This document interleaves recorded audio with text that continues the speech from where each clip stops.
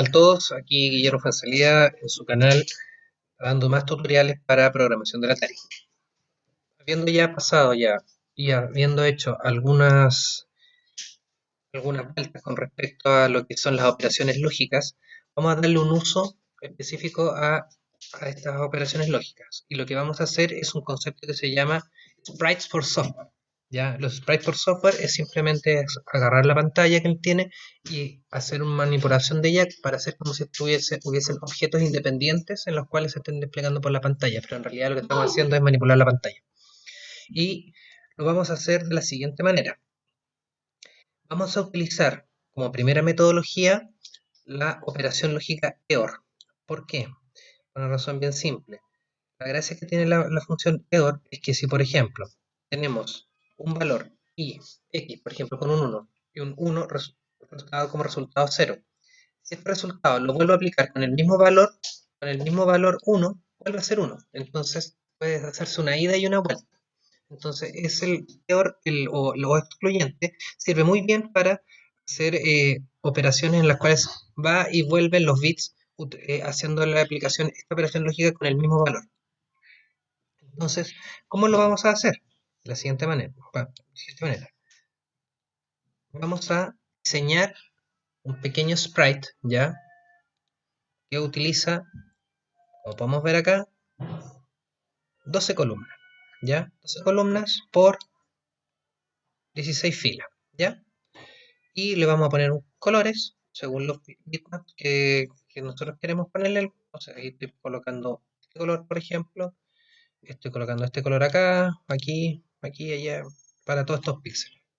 Y después vamos a reflejar estos colores dentro del bitmap en los bits que corresponden según los registros de colores. Entonces aquí hay que tener un poquito de cuidado nomás. Por ejemplo, vamos a decir que este color es el color 1, ¿ya? Vamos a decir que este es el color 1, ¿ya? Este vamos a decir también que es el color 1, ¿ya? Aquí vamos ya simplemente por un tema estético nomás. Y vamos a colocar entonces,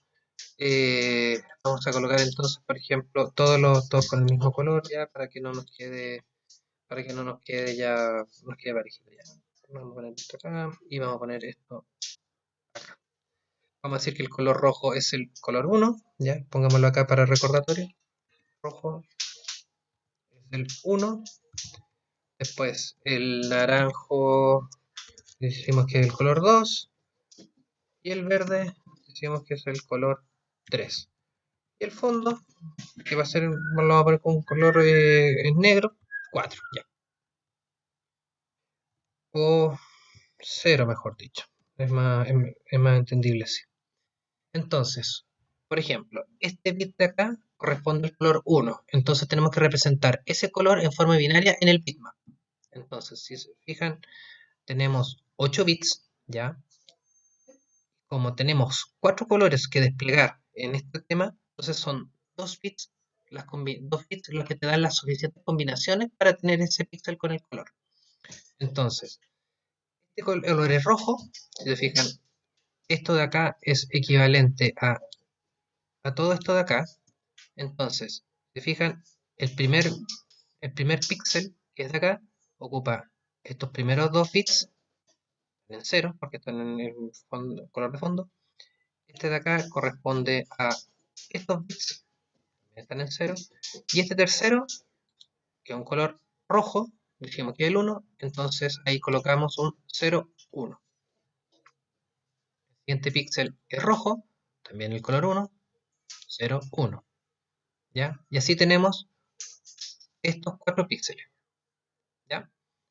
Los siguientes 4 píxeles que están acá, si nos damos cuenta, corresponden a estos bits de acá. Entonces tenemos nuevamente color rojo, 0, 1, color rojo, 0, 1, color de fondo, 0, 0, color de fondo, 0, 0.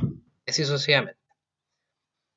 Ahora, este color, vamos a este píxel. Si se fijan, tenemos 1, 2, 3, 4. ¿Ya? Acá. Y esto se tiene que estar reflejado en estos 8 bits. Entonces tenemos que el primer píxel es negro, 1, esos 2. El segundo píxel es negro, esos 2. El tercer píxel ya es de color naranjo. Y el naranjo es el 2, ¿no es cierto? Por lo tanto, visto en binario en esos 2 bits, tendría que ser un 1, 0. Después, el siguiente píxel es naranjo, por lo tanto el color 2, le vamos a poner acá 1, 0. ¿Ya? Y así sucesivamente. Y finalmente, para un color verde, por ejemplo, en este caso, si nos damos cuenta, es el píxel 1, 1, 2, 3, 4, 5. Entonces, todos estos bits quedan fuera, estaría entrando en esta columna de acá. Entrar a este de acá, entonces se fijan, es el color verde, es el color 3, por lo tanto, estos dos bits representan el color verde ya que es el número 3. ¿Ya? Y lo mismo pasa con todos los otros. ¿Ya? Esa es la representación entonces en bits de este dibujo que hice yo acá. Después aplicamos, como tenemos 12 píxeles acá que queremos reflejar, tenemos entonces 7 valores de 8 bits, por lo tanto son 3 bytes que lo vamos a utilizar. Entonces lo que vamos a colocar acá son los valores de esos 3 bytes. Entonces, este primer valor, y revisamos la fórmula, es simplemente traspasado de binario a número decimal. ¿Se fijan? Agarran estos 8 bits con el valor que corresponde. El bit 7 corresponde al 128, el bit 6 corresponde al 64, ya lo hemos visto anteriormente. Y así hasta el último. Después, el siguiente valor, si vemos la fórmula, agarra estos otros 8 bits de acá y finalmente estos tres últimos agarran esto acá. Y así vamos por todas las columnas. Por ejemplo, este de acá, nuevamente, ocupa estos 2 bits y como tenemos 1, 1 en el bit 6 y en el bit 7, entonces da un número 192. Después con eso, ¿qué es lo que hice? Hice unas funciones acá, le empecé, los transformé a hexadecimal, le agregué el símbolo dólar o peso y lo fui colocando ¿para qué? Para que después yo lo pueda agarrar todo esto y lo pueda convertir en código más rápidamente. ¿Ya? Y por lo tanto aquí ya tengo la tabla de datos que representa este personaje. Habiendo hecho eso, lo que hice fue después hacerle código. Este código es justamente este de acá. Es exactamente el mismo.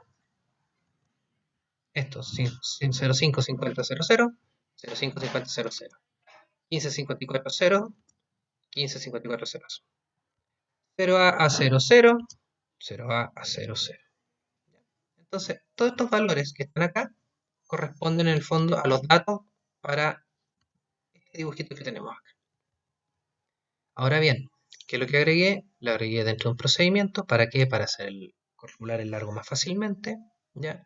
Y vamos a proceder en el fondo a partir de eso, vamos a calcular y vamos a desplegar en la pantalla este monito. ¿Cómo lo hacemos? De esta manera.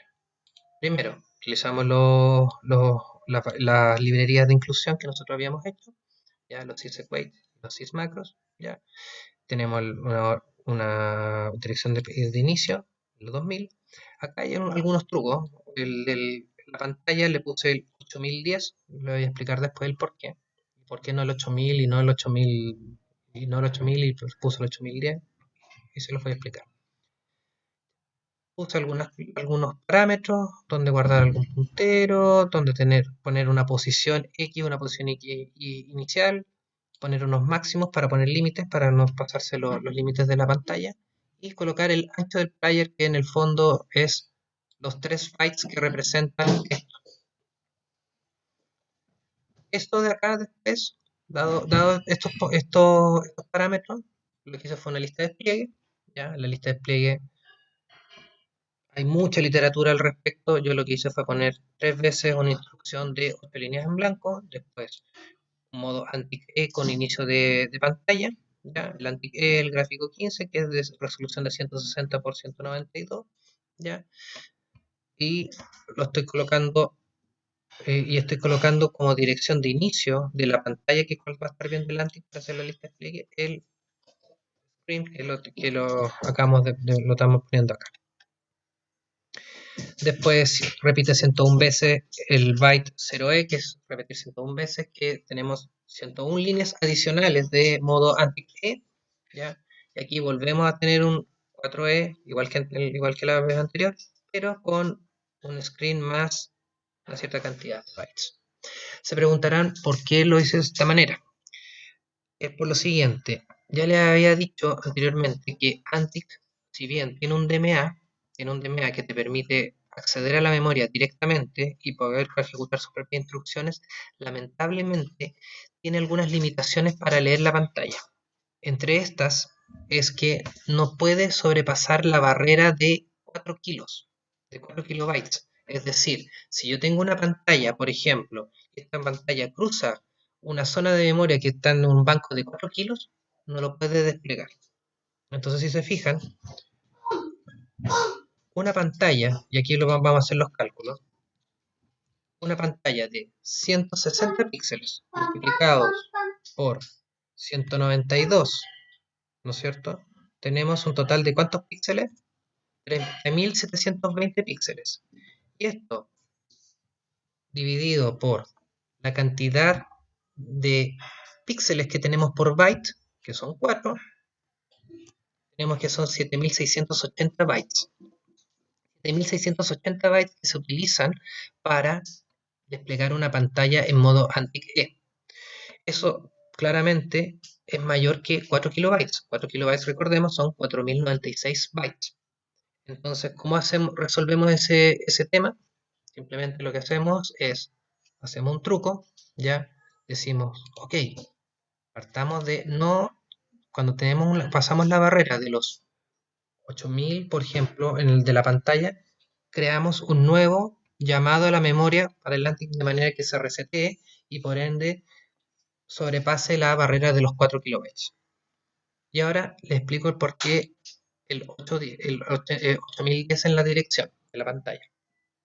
De 1680 bytes, fijan, es más de 4096, ¿ya? Lo que vamos a hacer es darnos cuenta de lo siguiente. Cada línea tiene 160 píxeles, ¿no es cierto? Como ya vimos que cada byte contiene 4 píxeles, entonces cada línea son 40 bytes que revisa el computador.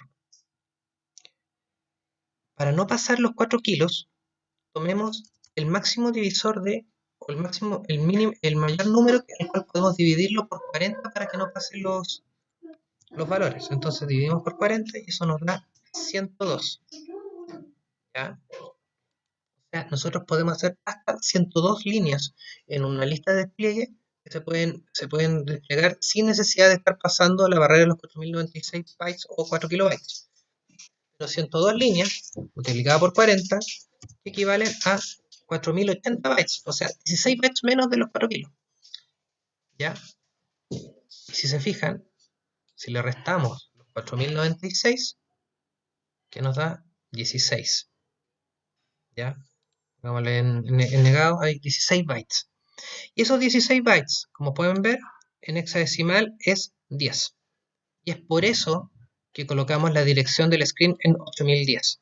De manera de que a partir de esta posición de memoria, coloque los 4080 bytes y cuando termine los 4080 bytes, ahí colocamos a partir del byte 4081, empieza la nueva llamada a la memoria. Si se fijan, 4080, perdón, esto está en 4080 en decimal, 4080 en decimal es FF0. ¿Ya? Y aquí, ¿qué es lo que puse acá? FF0, ¿ves? Más los 4080, que ese es justamente el máximo valor que nosotros podemos tener. Entonces, ahí con eso solucionamos el tema. Volviendo a lo anterior, teníamos entonces que tenemos una línea acá, más 101 líneas con este valor. ¿Ya? Esto es una repetición, esto es un parámetro bien interesante del max y que lo podemos hacer en U2. Entonces tenemos una línea más 101, 102 líneas, ¿ya? Aquí vamos a la línea 103 y le sumamos 89 más, tenemos las 192 líneas que nosotros queremos. Finalmente, la lista de despliegue termina con un byte 41, que es una instrucción que dice vuelva a tomar una dirección al siguiente blanqueado, que es la misma lista de despliegue. Entonces, ahí lo que hace el ANTIC es decir, ok, yo tengo un conjunto de instrucciones que está dado acá, que los voy a ejecutar y de una vez que yo termine de ejecutarlas todas, vuelvo a la siguiente blanqueo, a la dirección de L, que es la misma. Eso es útil, por ejemplo, para hacer animaciones. Esto puede hacer llamadas, por ejemplo, a distintos lados. ¿Ya? Colocamos una tabla de colores. Después con eso lo ponemos en las posiciones de memoria correspondientes. Aquí yo hice un trabajo. ¿Se acuerdan que le pusimos una posición X inicial, una posición Y inicial, tanto en el eje horizontal y vertical, un mínimo y un máximo para cada valor que nosotros podemos tener? Y yo lo que hice, a partir de eso, determiné unos valores temporales. El primero es la posición X del sprite, dado por la posición inicial. Y el segundo, dado por la posición Y, que empieza con la posición Y inicial. ¿Ya? Estos valores los vamos a usar como auxiliares. Ya van a ver por qué. Entonces establecemos para el player o para el sprite una posición X y una posición Y. Pero acá tenemos un truco. Como sabemos, el Atari no entiende el tema con X e Y, simplemente trabaja con cadenas de bytes o posiciones de memoria. Entonces lo que hago es transformar a partir de la posición X inicial y la posición Y inicial a qué posición de memoria corresponde al que hay que modificar o al que nosotros nos vamos a estar apuntando. Y aquí lo que hice fue, como ya vimos, cada línea son 40 bytes, entonces tomamos cada posición de i, lo multiplicamos por 40, ahí tenemos los 40 bytes que van bajando, y a esto le sumamos la posición x inicial. Y lo mismo pasa con una nueva dirección en la cual nosotros vamos a poner una posición nueva, ya que lo vamos a trabajar. La posición, y eso lo llamamos posición absoluta, ¿ya? Porque tenemos una dirección de memoria, ¿ya? Y a esto le sumamos a donde está la pantalla. Entonces, con eso sabemos en qué dirección de memoria está la pantalla donde nosotros queremos modificar. Estos son iguales. Ya vamos a ver por qué. Entonces, con esto podemos empezar a comentar el programa. Partimos haciendo un origen, ya establecimos que era el 2000. Después, esto es una macro, ya lo que hace es mover el valor de la dirección de DL al shadow de la lista de despliegue.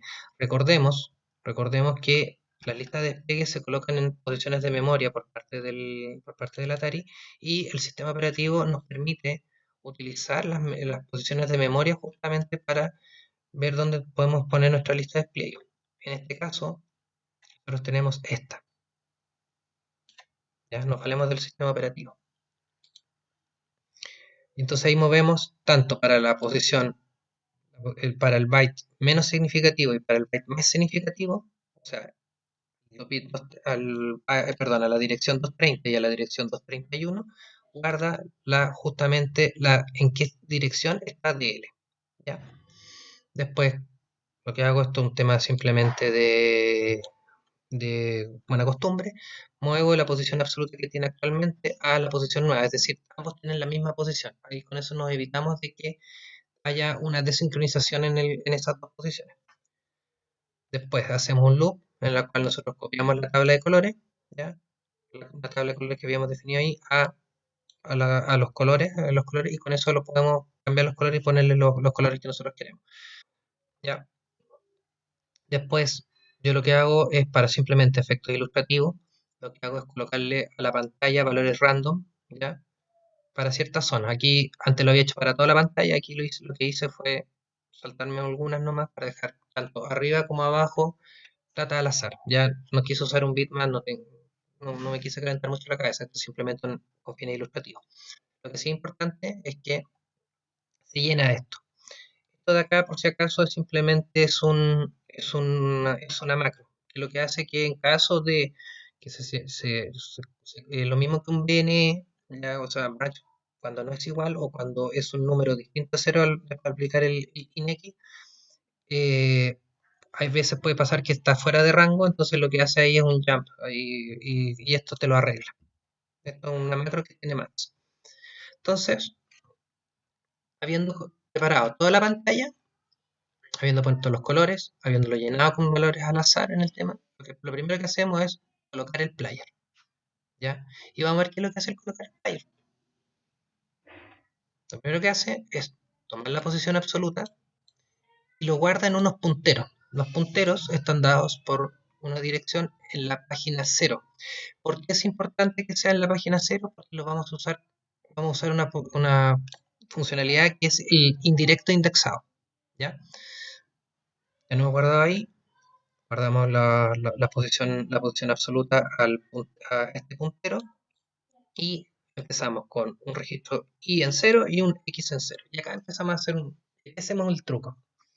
Y esa es la utilidad de ver las tablas lógicas.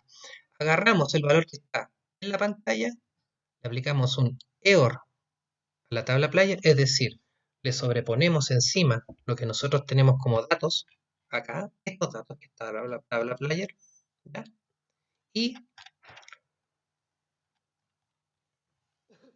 lo volvemos a guardar, en la pantalla. Y acá lo que hago es la dirección, perdón, el incremento el i, si el i llega al ancho del player, en este caso pusimos 3 bytes, entonces ahí lo que hacemos es, todavía no llega a los 3 bytes, vamos por el siguiente, si en caso contrario, lo que hago es volver a hacer el i, pero lo que sí hacemos es el puntero, le sumamos 40, es decir, la dirección ya apunta 40 bytes más adelante, es decir, una fila más abajo. Con eso vamos haciendo el barrido vertical. Entonces con el i hacemos el barrido horizontal, el registro i, y con el PT1, al sumarle 40, le hacemos el barrido vertical. Entonces ahí podemos jugar. Finalmente, se incrementa el x, entonces por lo tanto esto no cambia, y lo que verifica es que simplemente el largo de este procedimiento, ya lo vimos anteriormente, hasta que el X no barra todo el largo de toda esa tabla, entonces va a seguir con el loop. Esto es bien interesante porque lo que estamos haciendo es un EOR.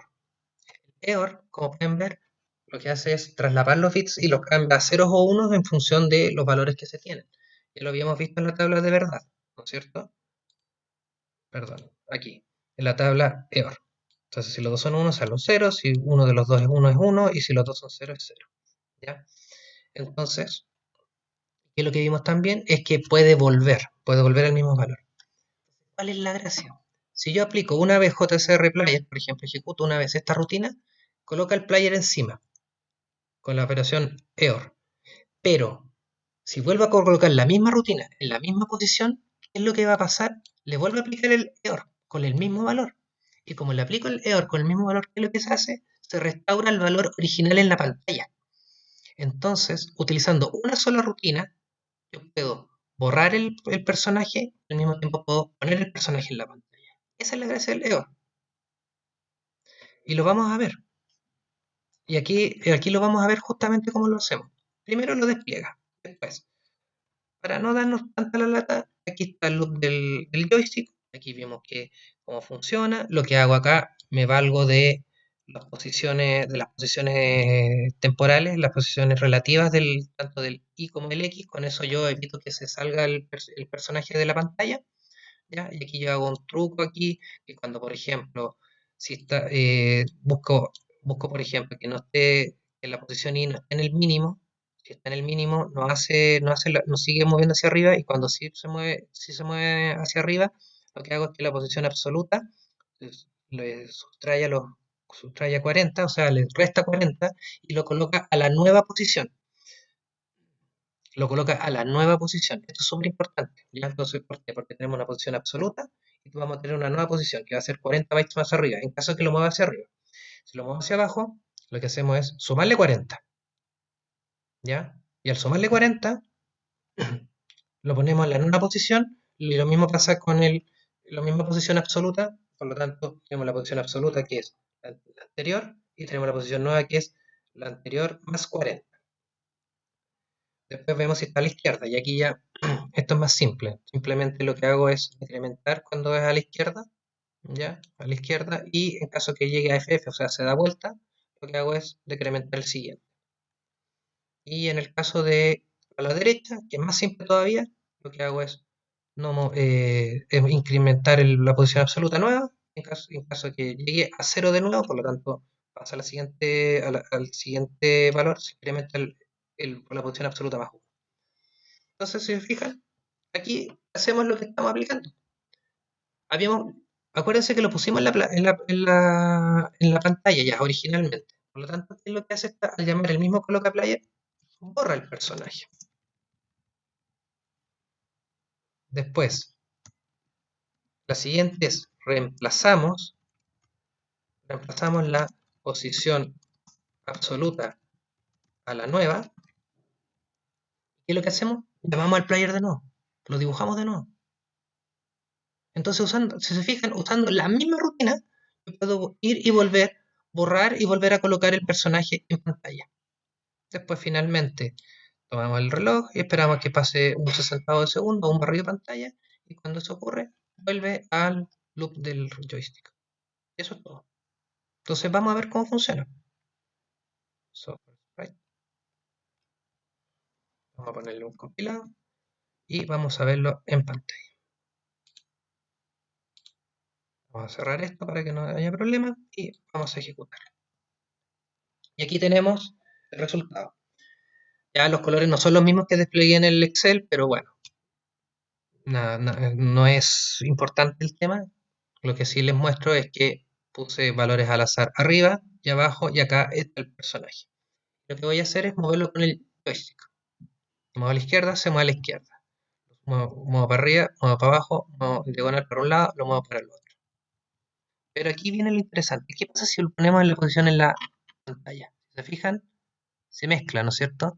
Y no se pierde lo que se tiene antiguamente. Y esa es la gracia.